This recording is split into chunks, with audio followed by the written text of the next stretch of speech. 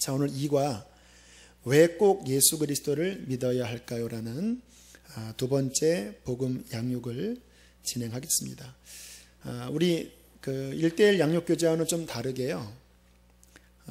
오늘과 다음 주, 조금 더 가면 그 다음 주까지 예수님을 왜 믿어야 하는지, 또 십자가와 부활, 또 믿음이라는 것은 무엇인지를 좀 더 심화하면서 이 시간을 진행하려고 합니다. 오늘은 왜 우리가 꼭 예수 그리스도를 믿어야 할까? 이 부분을 중점적으로 살펴보겠습니다.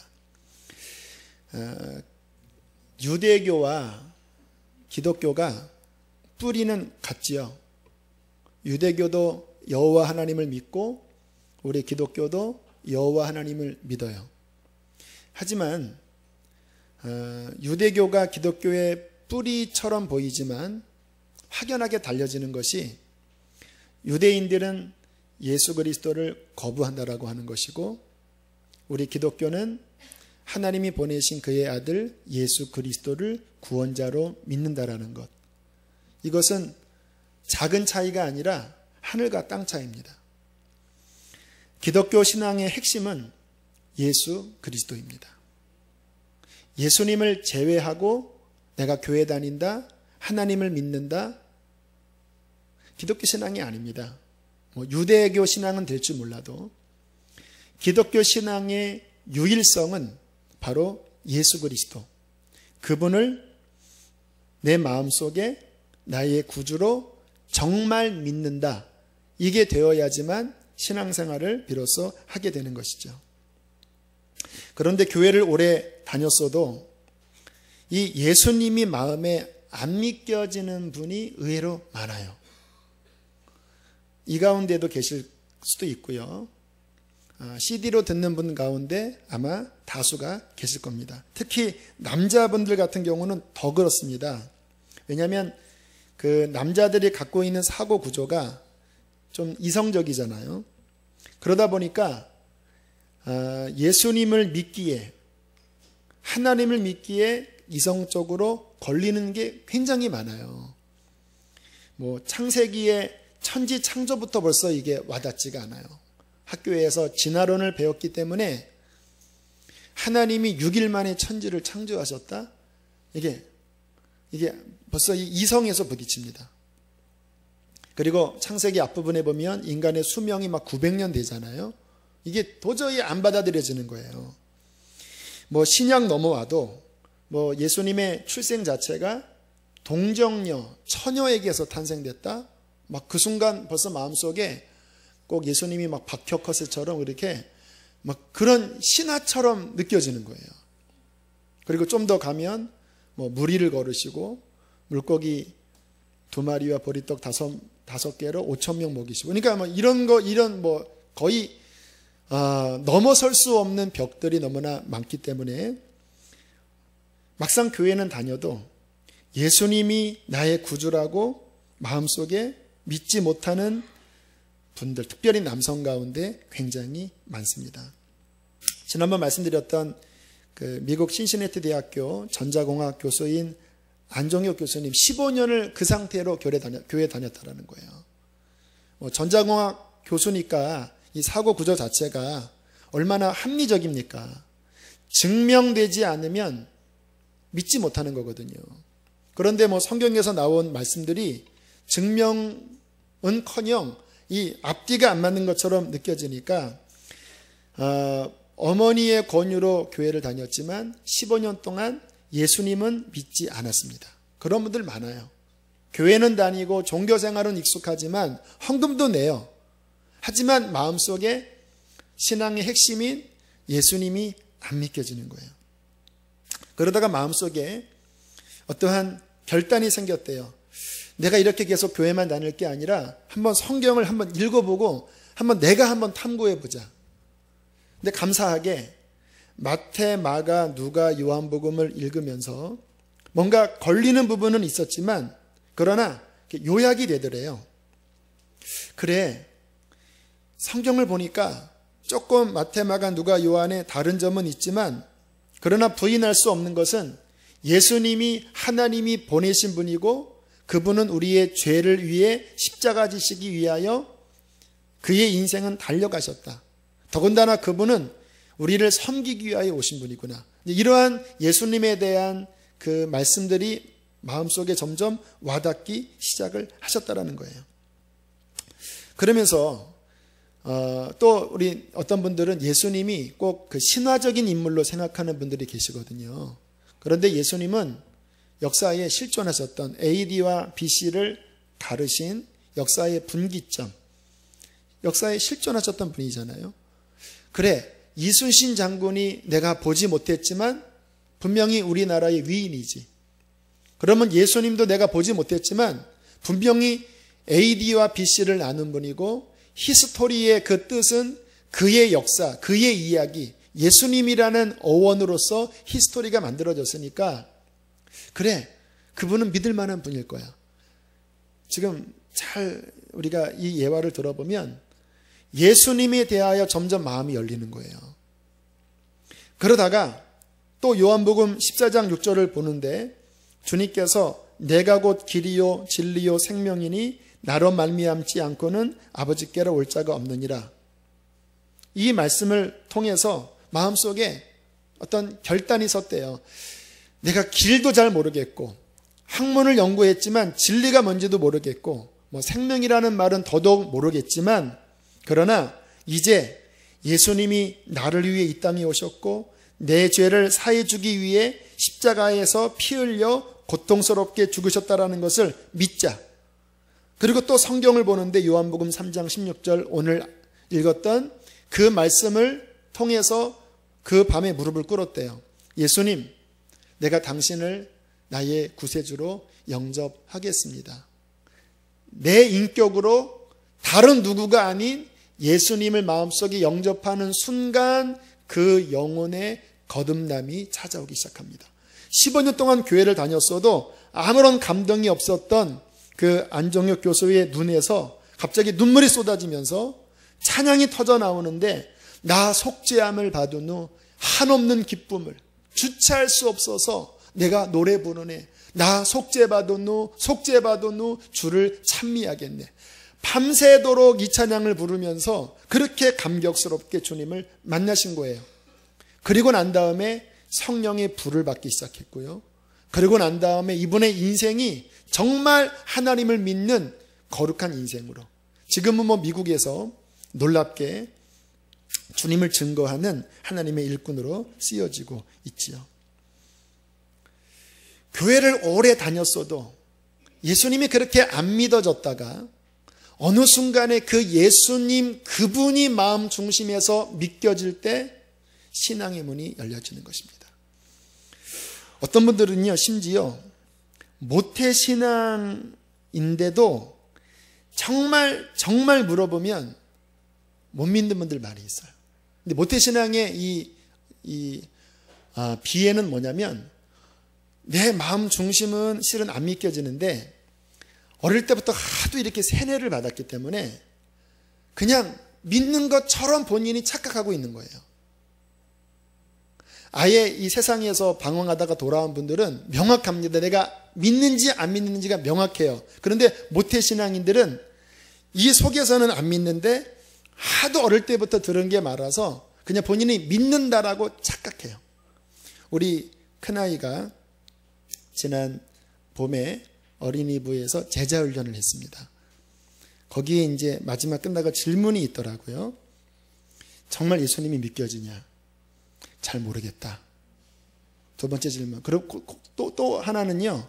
그 반원 중에서 어떠한 누나가 나는 정말 예수님 믿고 만났다고 그렇게 간증을 했나 봐요. 근데 그거에 대해서 코멘트를 달기를 솔직히 의심스럽다. 그것을 보고 아내와 제가 한숨을 푹 쉬었습니다. 근데 어떻게 보면 솔직한 거예요. 그러니까 정말 믿음이 있는 사람은 의심이 안 생겨요.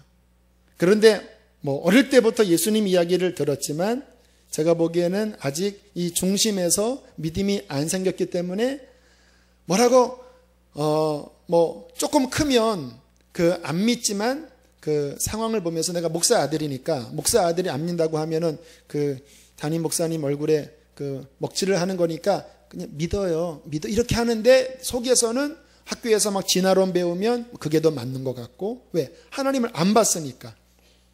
겉으로 이렇게 숨기면서 지내온 분들이 얼마나 많은지를 몰라요. 그분들은 참 비애가 뭐냐면 도망갈 수도 없고, 또 교회 가까이 들어오자니 안 믿겨지고, 또 교회를 떠나자니 지옥 간다라는 말이 막 귀에 걸리고, 교회 안으로 들어오자니, 아무튼 굉장한 비애에 빠져있는 불쌍한 인생들이 많이 있습니다. 제가 교육전도사 때 학생부를 담당했었는데요. 기도회를 인도하고 있었습니다. 그때 이제 중학교 1학년짜리 남학생이 거기에 참여하고 있었는데, 한참 기도 시간에 갑자기 이 아이가 하더니 막 우는 거예요. 제가 막 기도하다가 눈 뜨고 보니까 애가 막 울어요. 그래서 다 끝난 다음에 너 왜 울었니? 라고 물어봤습니다. 그랬더니 이 친구 하는 말이 이렇게 대답을 했습니다. 기도하는데 갑자기 예수님이 나를 위해 죽으셨다라는 것이 팍 깨달아지면서 눈물이 쏟아졌어요. 얘가 모태신앙이거든요. 또 똑똑한 아이입니다. 지금은 판사가 됐을 거예요. 제가 몇 년 전에 보니까 사법고시 붙어서 뭐 판사 됐다고 그러더라고요. 어릴 때부터 똑똑했습니다. 뭐 제가 교회에서 집회하고 그 소감문 써라 그러면 걔는 1번, 뭐 2번, 3번 이렇게 쓰는 아이였는데 복음을 잘 알고 있죠. 하지만 그것이 지식일 뿐이지 내 마음 중심에서 안 믿겨질 때는 그것은 진짜가 아니에요. 그런데 기도하다가 그 마음 중심에서 예수님의 십자가가 나를 위한 것이라는 것을 깨달는 순간 그 십자가의 진리는 지식이 아니라 내 중심에서 깨달아지는 생명이 된 거예요. 그러니까 그 어린 중학교 1학년 그 남자아이의 심금을 울리잖아요. 제가 그 이야기를 듣고 이 아이가 오늘 거듭났구나 라는 것을 깨닫고 얼마나 감사한지 몰라요. 기독교 신앙의 핵심은 무엇이냐면 예수님이 누구신지를 알고 그 예수님을 마음 중심으로 믿는 것입니다. 성경에 예수님은 하나님이 세상의 구원을 위해 보내신 유일한 구세주라고 말씀하고 있습니다. 성경은 오직 예수님만이 우리의 죄를 대신 지시고 돌아가셨고 예수님을 통해서만 죄사함을 받고 구원을 받을 수 있다라고 말씀하세요. 그 예수님만을 나의 구원자로 믿기 시작할 때 진정한 신앙생활이 시작되는 거예요.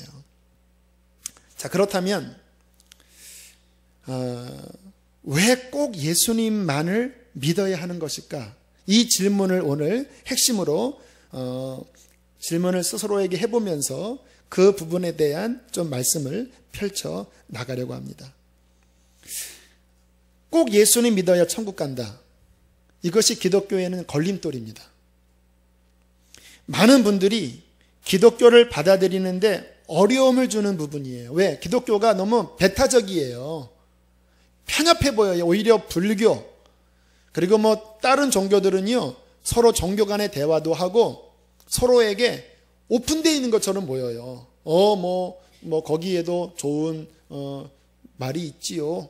그런데 꼭 기독교 중에서도 근본적으로 믿는 분들만 뭐 오직 예수 외에는 다른 길이 없네, 예수 천당 불신지옥 하면서 이 세상 사람들의 눈살을 찌푸리게 만드는 부분이 바로 예수님만 믿어야 한다라고 하는 유일성이에요. 많은 분들은 생각을 합니다. 나름대로 착하게 살면 되지 않냐, 양심적으로 살면 되지 않냐, 그런 생각들 많이 우리 하시잖아요. 또 다른 종교, 뭐 불교 같은 경우에도 여러분 그 안에 나와 있는 그 부처님의 가르침은요 굉장히 도덕적으로나 윤리적으로 굉장히 좋은 이야기들이 많으세요. 무슨 뭐 나쁜 말 하시지 않았습니다. 정말 인생이 살아가면서 깨달아야 될 중요한 가르침들을 분명히 하셨어요. 다른 종교들도 다 잘 살라고 가르치고 있는데 왜 꼭 기독교는 편협하게 예수만 믿어야 한다고 그렇게 주장합니까? 아마 이 의문을 지금도 갖고 계신 분이 있으실 것입니다. 심지어는 다원주의에서는 그렇게 이야기를 해요. 산 정상은 하나인데 올라가는 길이 여러 가지인 것처럼 하나님은 똑같은 하나님인데 기독교에서 올라가는 길이 있고 유대교에서 올라가는 길이 있고 불교에서 올라가는 길이 있고 이슬람에서 올라가는 길이 있고 뭐 다 다르지만 그러나 궁극적인 목표는 하나다. 다원주의에서 그렇게 이야기를 해요. 제가 신학교 다닐 때 우리 학교가 그 다원주의에 굉장히 개방적인 학풍을 갖고 있었는데 많은 신학생들이 그 생각에 동조하고 있습니다. 하지만 많은 사람들이 그 말에 동조한다고 해서 성경이 그렇게 증거하지 않아요. 성경은 분명히 말씀하십니다. 내가 곧 길이요 진리요 생명이니 나로 말미암지 않고는 아버지께로 올 자가 없느니라. 이 말씀이 실은 신앙을 갖게 하는 벽인데 이 부분을 넘어서서 예수의 유일성을 깨닫고 마음속에 받아들일 때에 진정한 신앙이 시작되고요. 이 벽을 넘지 못하면 교회를 아무리 오래 다녀도 결국은 진정한 생명을 갖지 못하고 그 인생을 끝낼 수밖에 없는 거예요. 오늘 이 부분이 우리에게 제가 시간이 많이 없어서 포괄적으로 말씀드릴 수는 없지만 핵심적인 그 이유에 대해서 몇 가지를 제가 진리를 통해서 말씀해 드리려고 합니다. 왜 꼭 예수님만 믿어야 할까요? 그 이유를 이해하려면 전제가 필요합니다. 그 전제는 뭐냐면 죄에 대한 이해예요. 왜 예수님만을 믿어야 하는가? 죄 때문에 그래요. 우리는 심각한 죄인이라고 성경은 선언하고 있습니다. 겉으로 보면 괜찮은 것 같아요. 저 이렇게 보면 그래도 제 이 외모가 이렇게 우락부락하게 생기지는 않은 것 같아요. 그래도 목사 비슷하게는 생긴 것 같아요. 저기 우리 성남에 있는 선화목자교회 목사님은 막 앞에서 봐도 목사, 옆에서 봐도 목사, 뒤에서 봐도 목사, 사방팔방 봐도 목사처럼 느껴진다고 하는 또 칭찬을 들으셨다고 하는데 저는 그 정도는 아니지만 그래도 이렇게 겉으로 보기에 이렇게 막 나쁘게 보이지는 않잖아요. 왜 웃으세요? 누구나 그래요. 겉으로 보기에는 괜찮은 것처럼 보이지만 실제 그 속으로 들어가 보면요. 모든 사람들은 다 죄인인데 그냥 죄인이 아니라 심각한 죄인입니다. 제 마음 안에 있는 생각을 1시간짜리만 여과 없이 모니터에다가 공개한다고 그렇게 생각을 해보면 제 하루에 1시간짜리 생각을 여과 없이 사람들에게 저는 못 보여줍니다. 목사지만 말씀을 묵상하고 하나님을 바라지만 이 제 속에서 일어나고 있는 이 마음의 생각들은요. 죄된 생각들로 끊임없이 올라와요. 분노가 올라오고 화가 올라오고 막 판단하는 마음이 올라오고 막 더러운 생각들이 올라오고 이 생각 속에서 별의별 것이 다 올라와요. 어디서 나온 것입니까? 요 속에서 나온 거예요. 우리 안에 이 온갖 죄가 들어있다는 것을 예수님께서는 이렇게 말씀하셨습니다. 마가복음 7장 21절로 23절에 보면 속에서 곧 사람의 마음에서 나오는 것은 무엇이 나올까요? 악한 생각, 곧 음란과 도둑질과 살인과 간음과 탐욕과 악독과 속임과 음탕과 질투와 비방과 교만과 멍청한 생각이니 이 모든 악한 것이 다 속에서부터 꾸역꾸역 나와서 인생을 더럽히느니라. 주님이 너무 적나라하게 말씀하셨습니다. 한번 자신에게 질문해 보세요. 여러분 속에서 음란, 도둑질, 살인, 간음, 탐욕, 악독, 속임, 음탕, 질투, 비방, 교만, 우매한 생각 나와요, 안 나와요? 나와요, 안 나와요? 여러분, 우리는 자신을 명확하게 알아야 돼요. 괜찮은 것처럼 보이거든요. 그런데 정확하게 나 자신의 중심에 있는 생각을 보면요, 지금 매스컴에서 아동 성폭력을 하고 또 막 사람 죽이고 했던 그 많은 그 더러운 짓들을 막 분개하고 막 손가락질하고 화를 내지만, 우리 속을 들여다보면 그 씨앗과 뿌리는요, 우리 안에 그냥 가득가득해요. 상황과 조건만 주어지지 않았을 뿐이지 그 원뿌리, 세상의 모든 죄의 뿌리는 우리 안에 그냥 본성 자체 안에 들어 있어요. 이것을 심각하게 깨닫는 것이 기독교를 비로소 제대로 이해하는 첫 번째 관문이에요.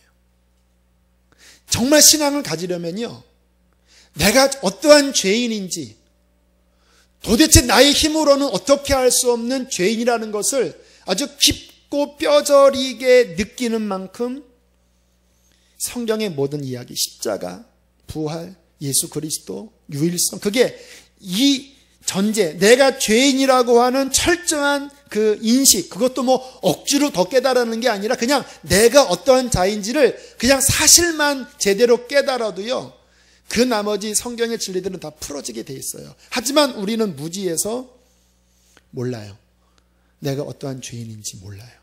남의 허물은 잘 보여요. 근데 그게 내 속에 있다라는 인식은 잘 못해요.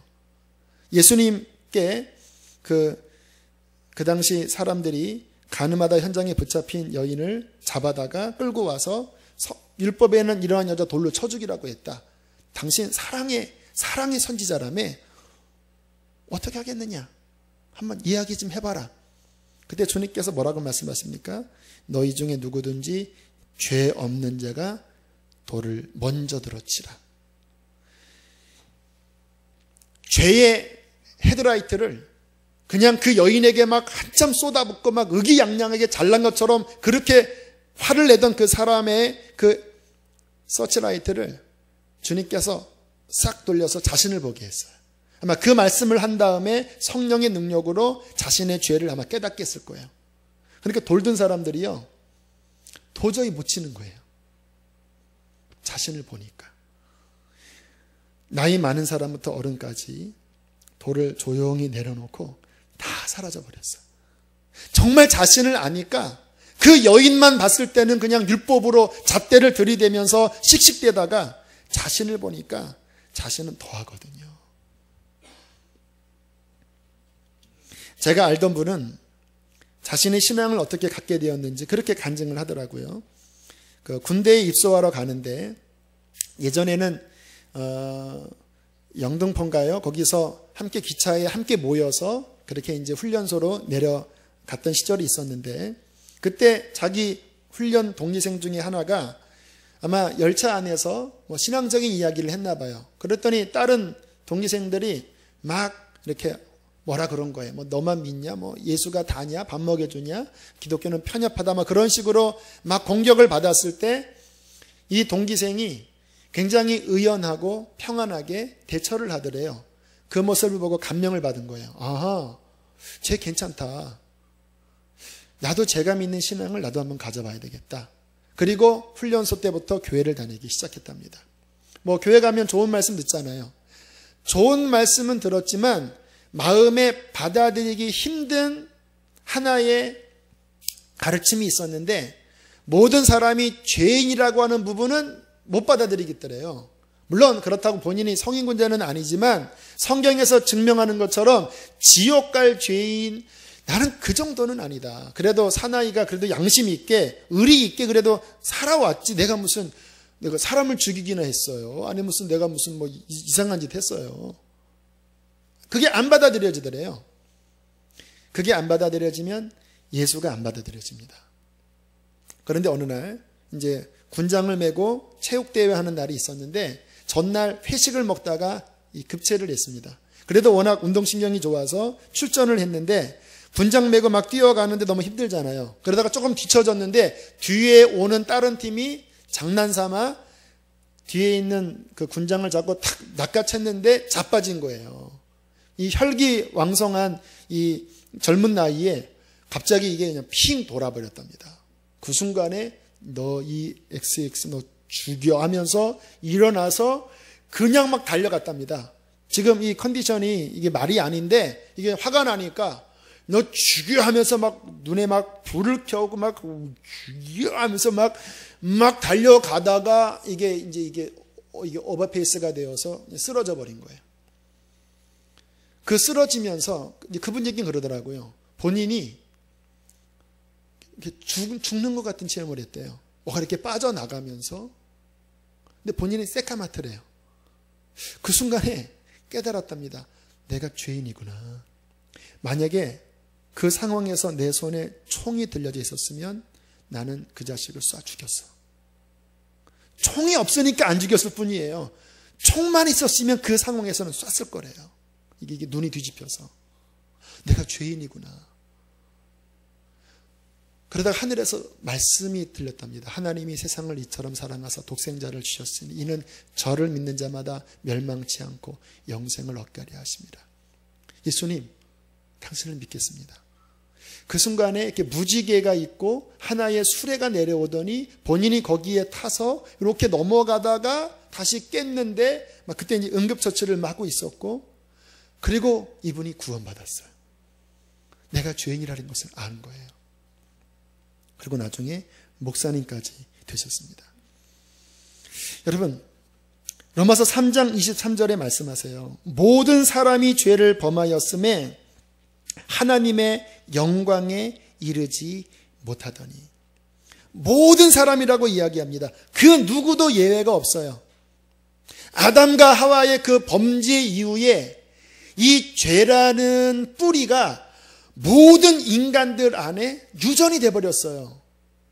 왜 그렇게 됐는지는 뭐라고 설명은 안 돼요. 그러나 현실적으로 그래요. 마치 이 안에 물이 있는데 여기에 잉크를 떨어뜨리면 전체가 잉크에 물드는 것처럼 아담과 하와의 범죄가 아담 속에 있었던 그 온 인류의 씨에 이게 타락으로 물들어 버린 거예요. 그래서 성경을 가만히 보면 아담 이후에 모든 태어난 사람들의 그 중심 안에 이 죄의 본성이 자리 잡고 있다라는 이 증명이 성경에도 가득해요. 다윗도 그러잖아요. 간음하고. 상황만 주어지면 간음하고. 뭐 다윗만 그렇습니까? 신문을 펼쳐보면 세상의 모든 사람이 다 죄인이고 그 속에 죄의 유전이 들어있다라는 그 증명으로 가득 차요. 80년대 그 사회운동을 했던 그 우리 열사들, 막 이 나라의 민주화를 부르짖고 부정부패를 막 손가락질하면서 몸을 불살랐던 그 세대들이 한때 정권을 잡으면서 그들도 똑같이 부정부패하고. 그게 인간인 거예요. 선한 것을 깨달을 수 있어요. 우리가 불법을 들으면서 그래, 인간은 그렇게 사는 것이 고상한 것이지 깨달을 수 있어요. 무엇이 착한 것인지, 무엇이 바른 것인지 머리로 이해하고 또 그렇게 이해한 것을 좋게 여길 수 있어요. 그러나 문제는 뭐냐면 완전하게 그렇게 살 수가 없어요. 왜? 이 속에 있는 뿌리 자체가 그렇게 살 수 없는 죄성이 있기 때문에 잠깐 사는 것 같지만 이 속에서는 도저히 못 사는 이것이 이글이글되면서 우리를 죄 아래로 끌어당기는 거예요. 우리는 존재적으로 죄인이라는 것입니다. 이것을 깊이 이해해야지만 예수님밖에 없다라는 성경의 진리가 비로소 열려요. 저 같은 경우도요, 제가 고등학교 졸업하면서 저도 똑같은 생각을 했습니다.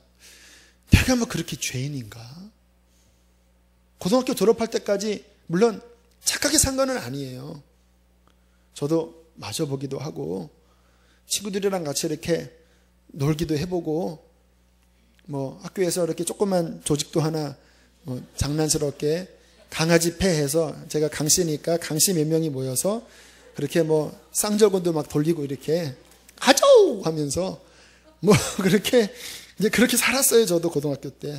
하지만 내가 뭐 그렇게 그 악한 죄인은 아닌 것. 전 좀 착한 편이거든요. 그래도 이렇게 어려운 사람 보면 이렇게 불쌍히 여기고. 뭐 고등학교 때 제 친구가 고아가 돼서 우리 집에 뭐 한동안을 좀 데려오기도 하고 뭐 그런 사람이라고 생각을 했어요. 그런데 이게 20대 이렇게 쭉 지나면서 하나님께서 이 제 존재 안에 있는 죄를 드러내시는데요. 그냥 악소리밖에 안 나더라고요.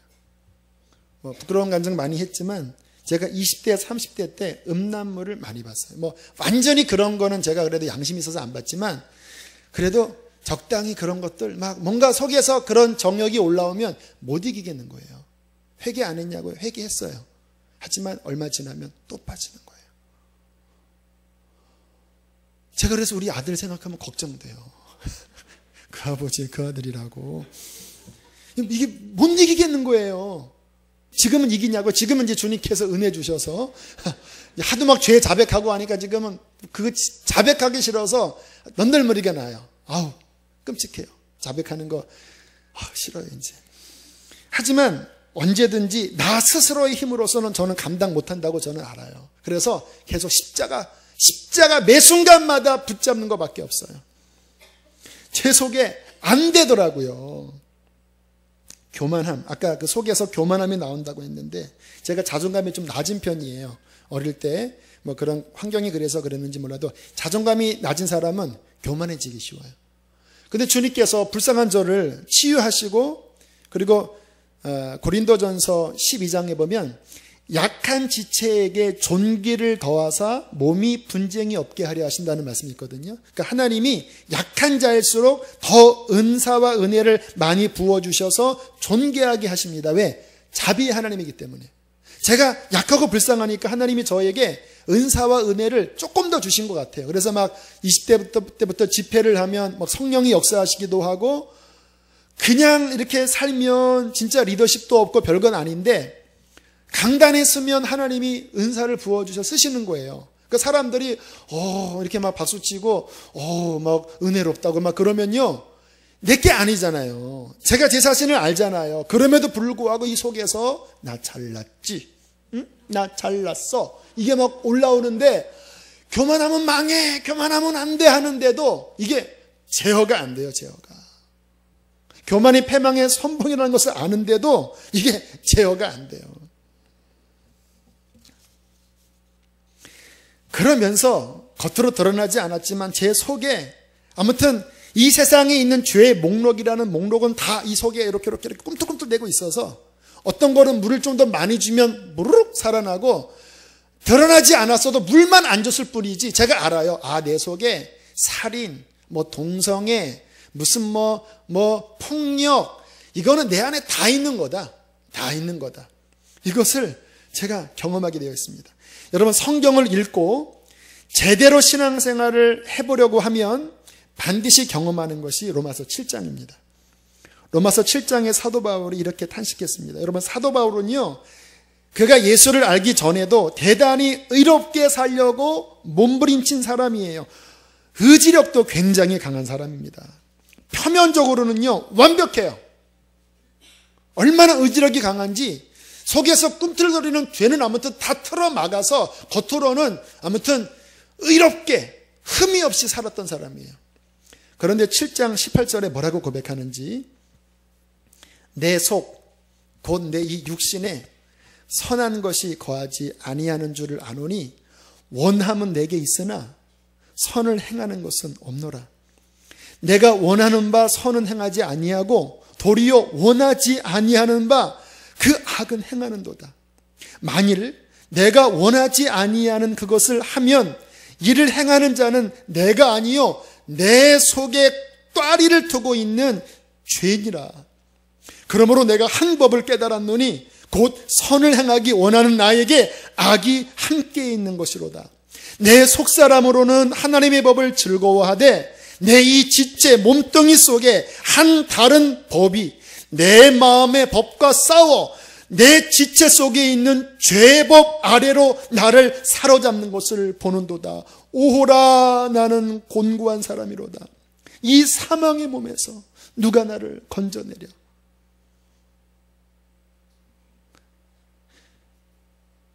죄수가 하는 말이 아니에요.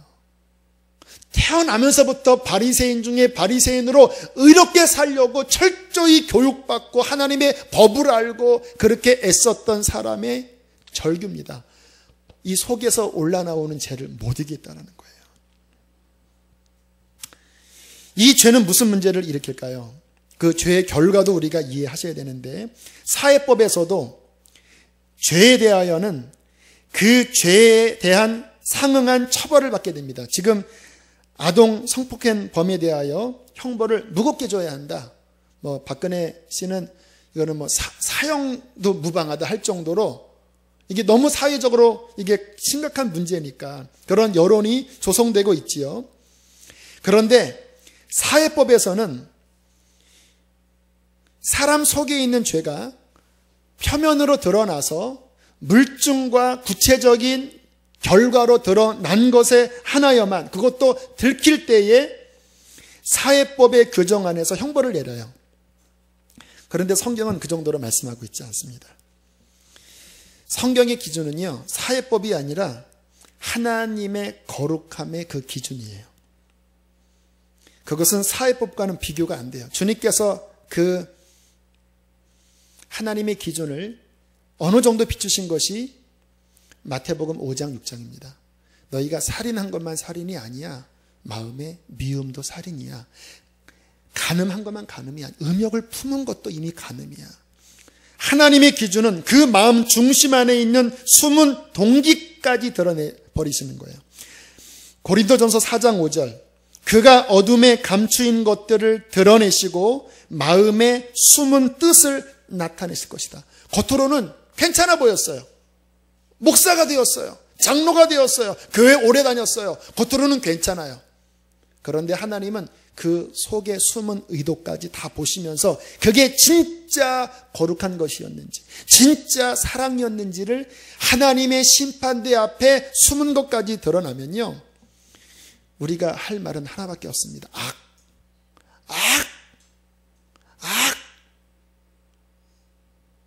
나는 죽을 죄인이었구나.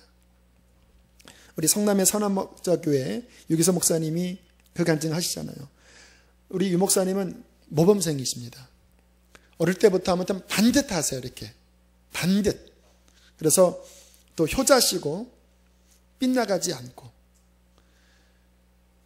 그렇게 이제 목사 안수까지 좀 일찍 받으셨습니다. 그 군목은 좀 빨리 받거든요.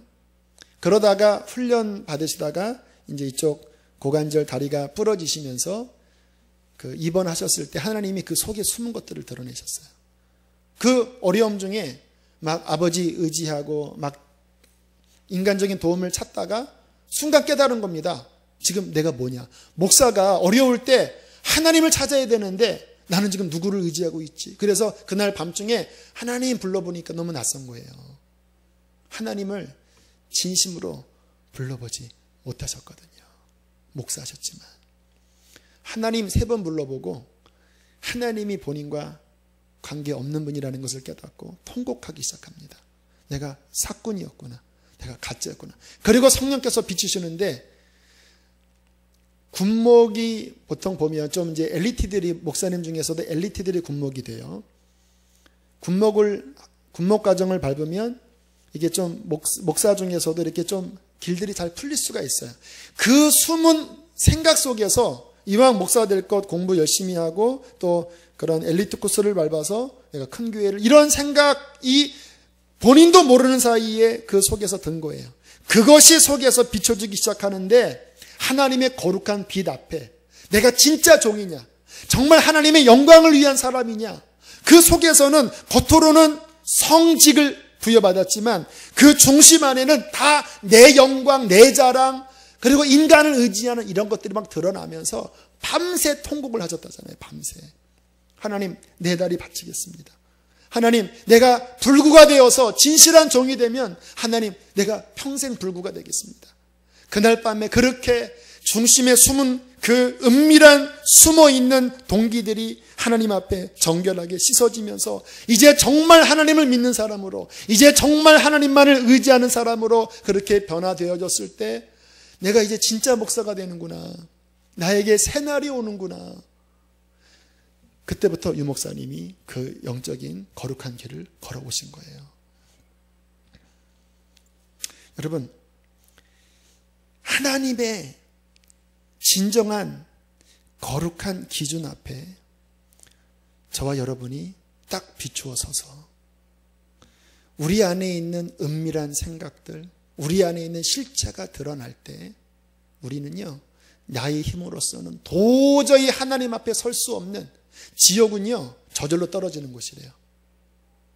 사람도 보면 유유상종이잖아요. 이렇게 비슷한 사람, 여기 지금 엄청나게 높은 그런 무슨 뭐 고관 대작들이 있는데 우리 같은 사람 이렇게 하면 뭔가 이렇게 안 맞잖아. 아우 빨리 나가 이러잖아요. 거룩한 천국은요, 그 하나님의 빛 앞에서 죄가 해결되지 않은 사람은요 못 견딥니다. 그 천국의 거룩한 빛을. 그냥 본인이 그냥 알아서 지옥으로 떨어지는 거예요.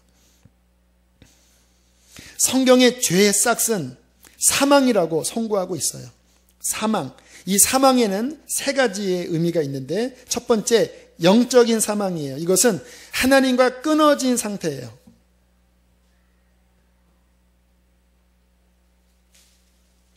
자, 여기 제가 좀 전에 이걸 뗐죠. 살아있습니까? 죽어있습니까? 살아있는 것처럼 보이잖아요. 아직 생생해요. 금방 떼었으니까.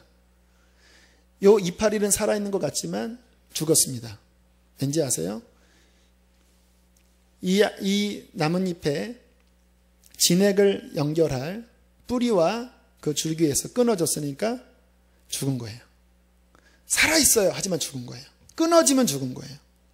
여러분, 우리가 살아있다라고 하는 것은요, 생명의 근원이신 하나님 그분께 우리의 영이 붙어 있을 때 그 뿌리로부터 참다운 영원한 생명이 공급받고 몸만 사는 게 아니라 태초의 모습인 하나님의 그 생기를 불어넣으셔서 생명적인 존재, 하나님의 영이 우리 안에 거하시는 영적인 존재로 거기 사는 거예요.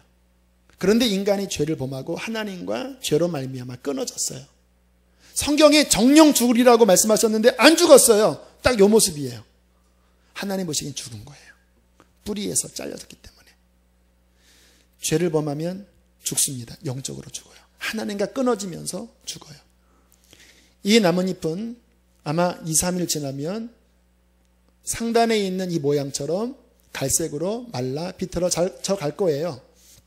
마찬가지로 죄를 범하면 두 번째로 육신으로 죽어요. 몸이 죽어요. 영이 먼저 죽었고 그 다음에 육신이 죽어요. 세 번째 죽음은 요한계시록에서 말씀하시는 영원한 사망, 둘째 사망입니다. 그것은 뭐냐면 그렇게 죽은 사람이 마지막 백보자 심판 때에 한 번 더 부활해요. 부활한 다음에 완전한 심판을 받고 또 한 번 죽어요. 첫 번째 죽는 것만이 아니라 부활했다가 완전한 심판을 받고 완전히 죽어요. 지옥, 불지옥, 영원한 곳에서 고통당하는 영원한 사망, 이것이 죄의 결과인 건데, 자, 그런데 잘 들어보세요. 그 인간의 근원적인 죄를 해결해 주기 위해 이 땅에 오신 분은 예수님밖에 없어요.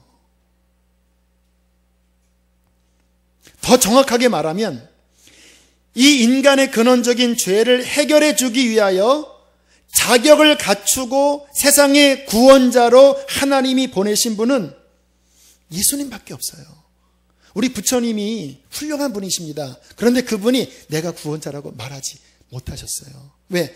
아까 이야기했잖아요. 죄인도 선한 것을 깨달을 수 있어요. 하지만 본질 안에 죄의 뿌리가 있기 때문에 그렇게 못 살아요. 사도 바울도 그렇게 못 살았어요. 이 세상의 어떠한 종교 창시자가 내가 그 죄를 해결하기 위해 왔다라고 스스로 증언한 분이 예수 외에는 없어요. 모든 경전을 보세요. 그 죄를 해결하기 위해서 무슨 오체투지를 해라, 뭐를 하라고 하지만 그게 인간의 근본적인 죄를 해결할 수 없다라는 것이 이미 율법에서 증거하고 있잖아요. 자, 예수님이 왜 그 인간의 죄를 해결할 자격이신지가 실은 동정녀 탄생의 그 실마리를 찾아볼 수 있습니다. 마태복음 1장 18절에 보면 이렇게 말씀하십니다. 예수 그리스도의 나심은 이러하니라. 그의 어머니 마리아가 요셉과 약혼하고 동거하기 전에 성령으로 잉태된 것이 나타났더니, 이게 지금 초판부터 걸리는 이야기예요. 아니, 세상에 처녀가 아기를 낳았다고 하는 이 정말 얼토당토하는 신화 같은 이야기를 신약 성경에 1장부터 두었으니 이게 얼마나 걸릴 일입니까? 현대인들이 이것을 어떻게 받아들이겠나요? 그런데 하나님은 왜 굳이 그 사실에 대하여 그렇게 표현을 하실 수밖에 없으셨을까요? 더군다나 구약에서는 메시아가 다윗의 후손으로 온다고 분명히 말씀하셨거든요. 다윗의 후손이에요. 그러면 그냥 정상적으로 다윗의 후손인 요셉과 마리아가 결혼해서 정상적으로 아기를 낳으면 걸릴 게 없잖아요. 그런데 왜 꼭 굳이 요셉과 정혼까지는 했어요. 그러니까 다윗의 후손이라고 하는 자격은 딱 갖췄어요. 그런데 성관계하기 전에, 부부관계하기 전에 급하게 성령께서 마리아에게 찾아오셔서 임신을 시켜버리셨어요. 왜 그러셨을까요? 생각을 해보세요. 지금은 우리가 유전학이 발달이 돼서 인간이 어떻게 탄생되는지 알잖아요. 정자와 난자의 XY와 XX인가요? 그 각자의 유전인자가 서로 결합을 해서 새로운 또 하나의 인생을 만드는데, 그렇게 해서 인간이 만들어지잖아요. 그럼 생각해 보세요. 요셉도 죄인이에요. 마리아도 죄인이에요. 둘이 정상적인 결혼을 위해서 나온 사람은요, 죄인이에요. 왜? 이미 죄가 모든 사람의 뿌리에 다 들어있기 때문에 그렇게 해서는 구원자가 못 나와요. 그렇게 해서는 뭐 예수님도 부처님이나 뭐 누구나 똑같은 존재밖에 안 돼요. 그런데 왜 성경의 조건은, 다윗의 후손이라고 하는 조건은 갖추시고 급하게 성령으로 잉태시키셨냐면, 예수님은 그냥 인간이 아니라 인간의 죄를 구속하기 위한 죄 없는 하나님의 아들이 육신을 입고 인간은 되어야 되겠는데, 아담과 하와의 죄의 그 뿌리를 유전으로 받은 그 인간이 되어서는 안 되고, 인간은 되어야 하겠는데 하나님의 아들로서 거룩하지만 온전한 인간, 말씀이 육신이 되어 제물로서 마리아의 그 태 속에 성령의 초자연적인 능력으로 한 사람, 인간의 죄를 구속하기 위한 죄 없는 한 사람을 성령께서 조직하셨어요. 하나님의 그 아들이 신비잖아요. 천지 만물을 지으신 하나님, 온 만물을 말씀으로 붙잡고 계신 그 예수님이 인간의 몸을 입고, 그러나 죄가 없는 존재로 온 인류의 죄를 구속하기 위하여 마리아 속에 잉태되신 거예요. 아들을 낳으리니 그 이름을 예수라 하라. 예수라 함은 저가 자기 백성을 저희 죄에서 건질 자이심이라. 하나님의 아들이 성령의 능력으로 잉태되어 탄생할 텐데 그는 죽으러 온 거다. 우리는 살려고 왔지요. 주님은 죽으러 오셨습니다. 그가 와서 너희의 모든 죄를 짊어질 것이다. 30세 되셨을 때 그가 세상에 비로소 자기를 나타내시니까 사도 세례 요한이 예수님을 보고 뭐라고 말씀하십니까? 보라, 세상 죄를 지고 가는 하나님의 어린 양이로다. 죄가 없는 하나님의 의로운 어린 양이 온 세상의 죄를 대신 지고 대신 속죄하기 위하여, 구약에서는 수많은 양들이 속죄양이 됐지만 그 구약의 양으로 인간의 죄가 해결이 되지 않으니까 하나님이 거룩한 그의 아들을 죄 없는 인간으로 보내셔서 속죄양으로 그 세상 죄를 지고 가는구나. 세례 요한이 주님을 보고 그렇게 외쳤습니다. 모든 사람이 죄를 범하였음에 하나님의 영광에 이르지 못하더니, 로마서 3장 24절, 그리스도 예수 안에 있는 속량으로 말미암아 하나님의 은혜로 값없이 의롭다 하심을 얻은 자 되었느니라. 이 말씀 좀 찾아보겠습니다. 로마서 3장 24절, 로마서 3장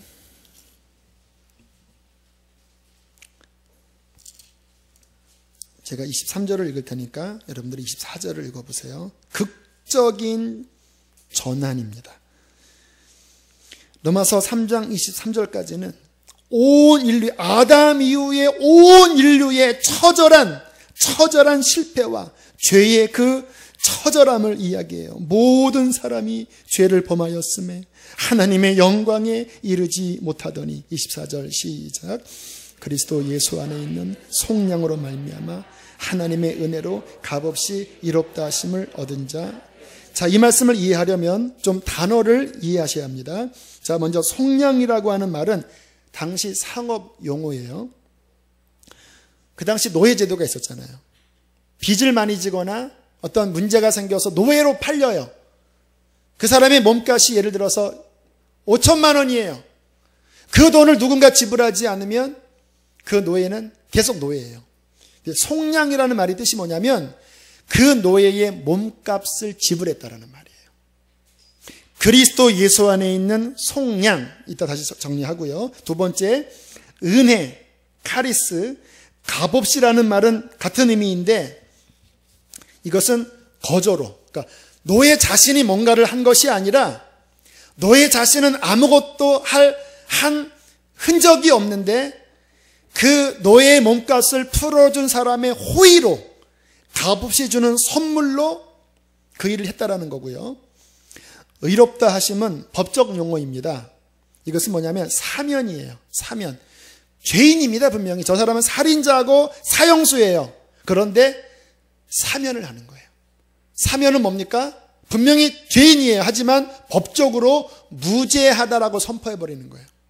죄는 저질렀지만 법적으로 무죄한 거예요. 그래서 풀어주는 거지요. 그런데 이 모든 것이 누구 안에서 이루어졌냐면 하나님이 그 아들을 보내신 그리스도 예수 안에서 이 모든 것이 이루어졌다라는 거예요. 예수님이 십자가를 지시고 우리 대신 피 흘려 죽으심으로써 그 피값으로, 생명의 피값으로 우리가 죄를 저질러서 영원히 망할 수밖에 없는, 도저히 갚을 수 없는 빚을 지고 있었는데, 그 빚 때문에 영원히 지옥에 떨어질 수밖에 없었는데 거룩하신 하나님의 아들의 생명의 그 값지불로 우리의 모든 죄를 갚아버리시고, 이 모든 것을 우리의 노력이 아니라 하나님의 은혜로 값없는 선물로 주시고, 그 예수 그리스도를 믿음으로 영접한 자에게, 회개하고 예수를 믿은 자에게 하나님께서는 무죄를 선포하시는 거예요. 법적으로 너 죄 없다, 허물의 사함을 받고 그 죄의 가리움을 받은 자는 복이 있다고 했는데, 그 아들 예수 안에서 합법적으로 너희의 그 죄책이, 죄의 형벌이 흠없는 나의 아들에게로 다 전가됐기 때문에 너는 합법적으로 너는 죄가 없다, 그렇게 선언을 하시게 되었다는 것입니다. 요한복음 3장 17절에 하나님이 그 아들을 세상에 보내신 것은 세상을 심판하려 하심이 아니요 그로 말미암아 세상이 구원을 받게 하려 하심이라. 이렇게 완벽하게 논리적으로, 이성적으로, 여러분들의 이성이 지금 제가 말씀드리는 영역까지 확장되지 않았기 때문에 복음이 비이성적으로 느끼고 편협하게 느껴졌지, 지금 제가 드리는 영적인 이 논리를 그대로 이해하면 예수만이 구원자예요. 제가 제 아내에게 당신은 나랑 결혼했으니까 당신은 나를 남편으로 사랑하고 나도 당신을 나의 유일한 아내로 나는 평생 사랑할 거야. 당신과 나 사이에 우리 부부관계에 그 어떤 것도 끼어들 수 없는 다른 이성은 절대로 우리는 들어올 수 없어. 이게 논리적으로 맞는 말이에요, 틀린 말이에요? 맞는 말이죠. 그런데 누가 그거 편협하다, 어떻게 세상에 그 수많은 20억, 25억의 남자가 있는데 어떻게 서로만 좋아한다고 그러냐. 요즘처럼 다원주의 시대에, 포스트 모더니즘 시대에 노래 맞으면 이렇게 그래도 좀 이렇게 할 수 있고, 그게 너그러운 거 아니냐. 맞는 말인가요? 성경에 예수만이 구원자라고 우리에게 말씀하시는 것은 편협한 이야기가 아니에요. 세상 큰 누구를 찾아봐도 구원자가 없어요. 인간의 죄에 대한 그 죄책이 너무 크기 때문에 인간의 그 누구로서도 감당이 안 돼요. 누가 죄를 짊어집니까? 세상에 어떤 종교 창지자가 죄를 짊어지지도 않았고 자격도 안 돼요. 그런데 성령으로 잉태된 하나님의 아들 그분은 우리의 죄를 넉넉히 갚으실 수 있는 하나님의 어린 양이십니다. 그러면 그 예수님을 보고 그래 나도 그러면 예수님처럼 저렇게 십자가를 져야지 구원받는다. 그게 안 돼요. 그러니까 주님께서 제일 쉬운 방법으로 믿으라 그러신 거예요. 그냥 믿으라. 너희 힘으로는 이거를 올 수가 없으니 믿어라. 내가 그냥 제일 쉬운 믿음이라는 방법을 주겠다. 이 믿음의 원리는 제가 다다음 주에 한 번 더 심화할게요. 믿어라. 그 아들을 보고 구원자로 받아들여라.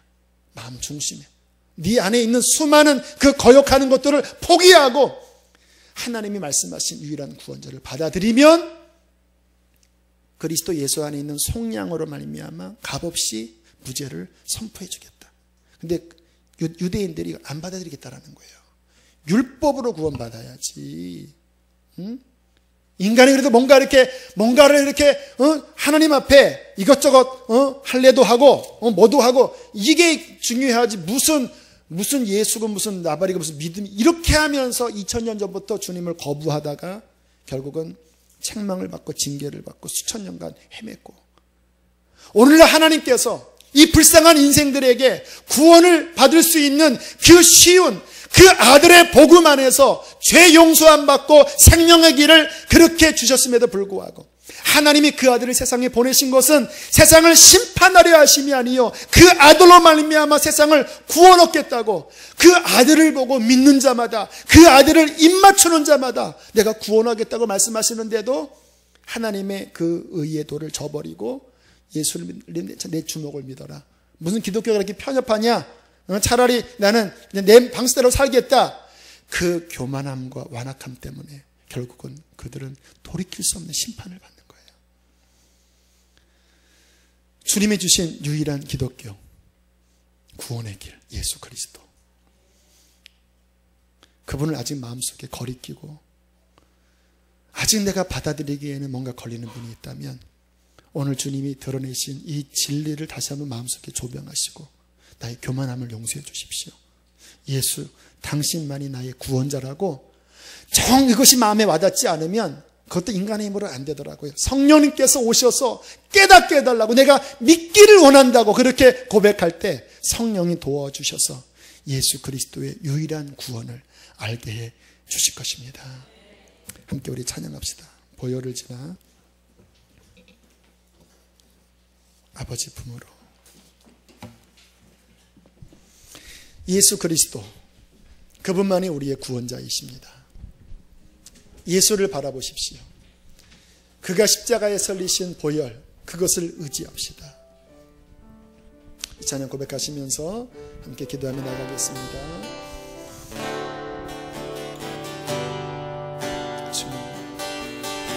보혈을 지나 하나님 품으로 보혈 오직 예수의 보혈만을 지나 아버지 품으로 보혈을 지나 하나님 품으로 한 걸음씩 우리의 연약한 마음을 주 앞에 드리며 한 번 더 고백합시다. 보혈을 지나 하나님 품으로 보혈을 지나 아버지 품으로 보혈을 지나 하나님 품 한 걸음씩 나가네. 존귀한 주 보혈이 내 영을 새롭게 하시네. 존귀한 주 보혈이 내 영을 우리 마지막으로 존귀한